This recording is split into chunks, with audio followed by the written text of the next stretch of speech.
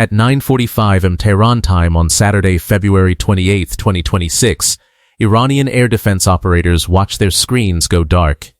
No warning, no alarms, just systems failing across the country simultaneously. Then the missiles arrive. Within minutes, explosions tear through Tehran, Isfahan, Qom, Shiraz, and Tabriz.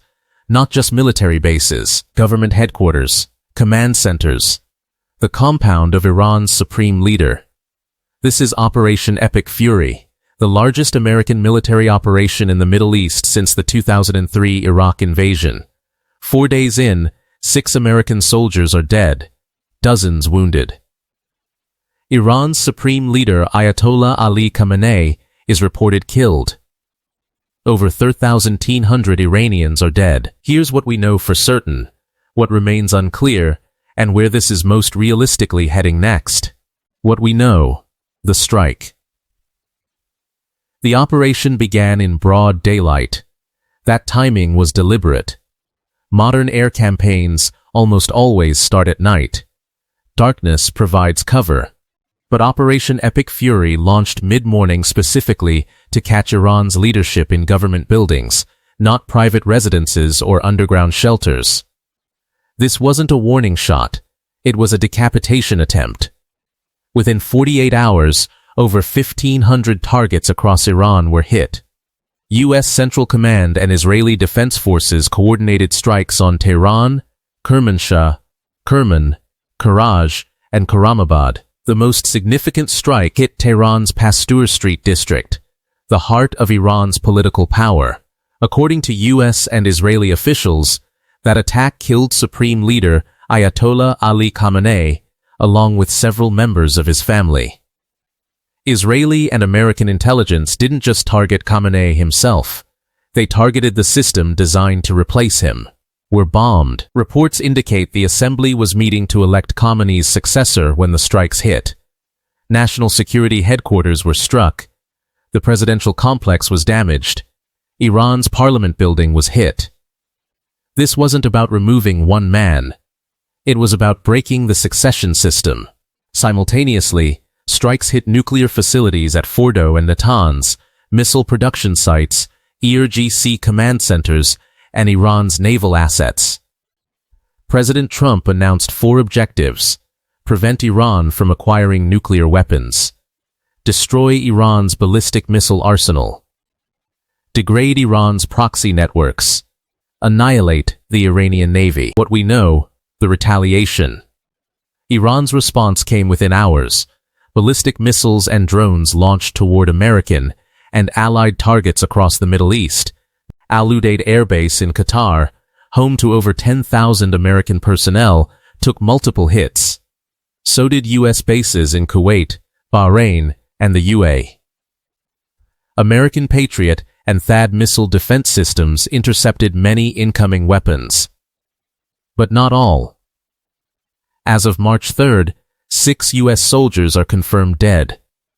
18 seriously wounded. The first casualties were killed by a direct hit on a tactical operations center at Shuaiba Port in Kuwait.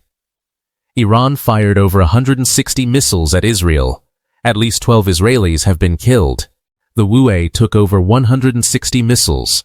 Qatar was hit. Saudi Arabia was struck.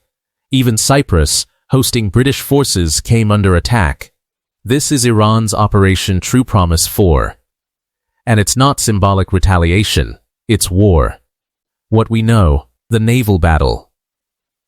The U.S. Navy destroyed at least 9 Iranian warships in the opening phase, including the Iris Jamaran frigate.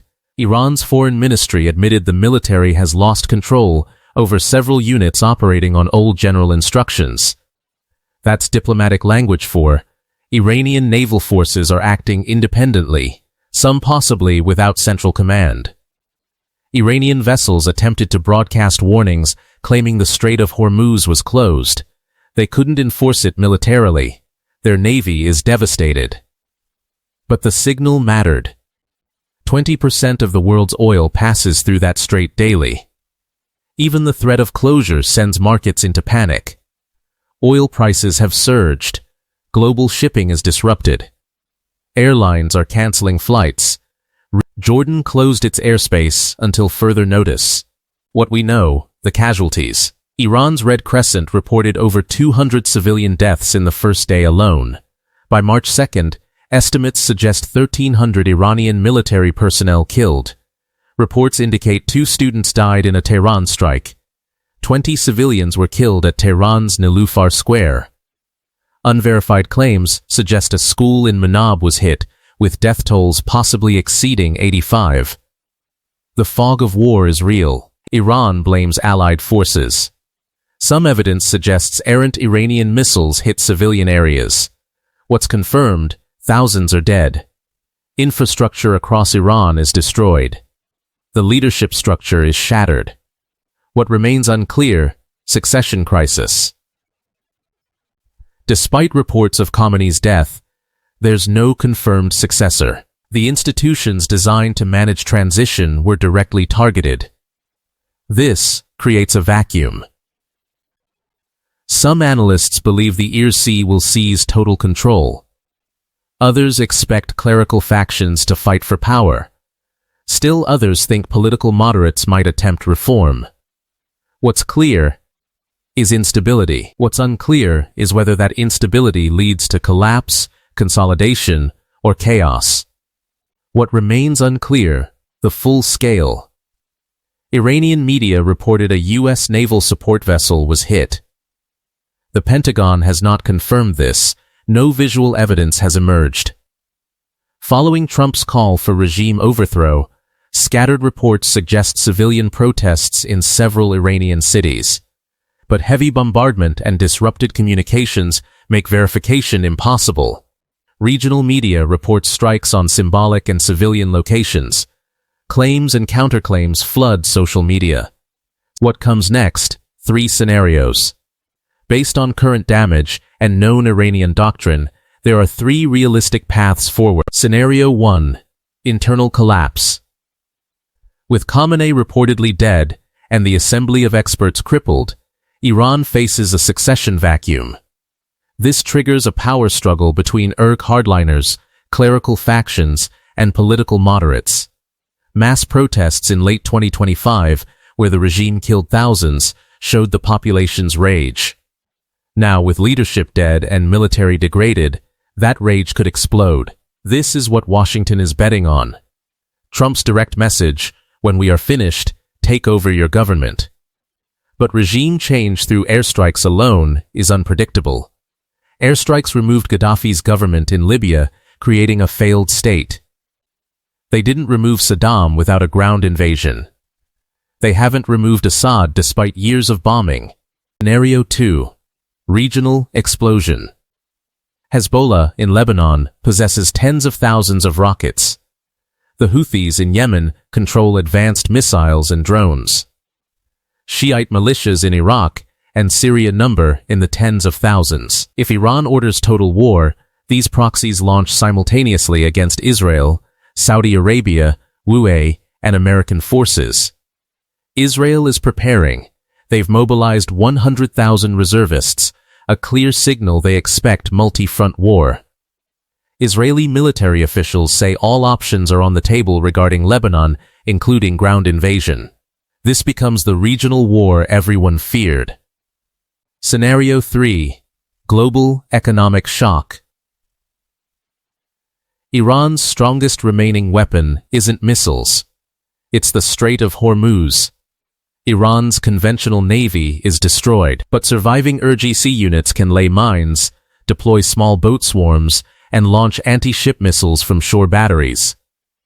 They don't need to close the strait completely. They just need to make it dangerous.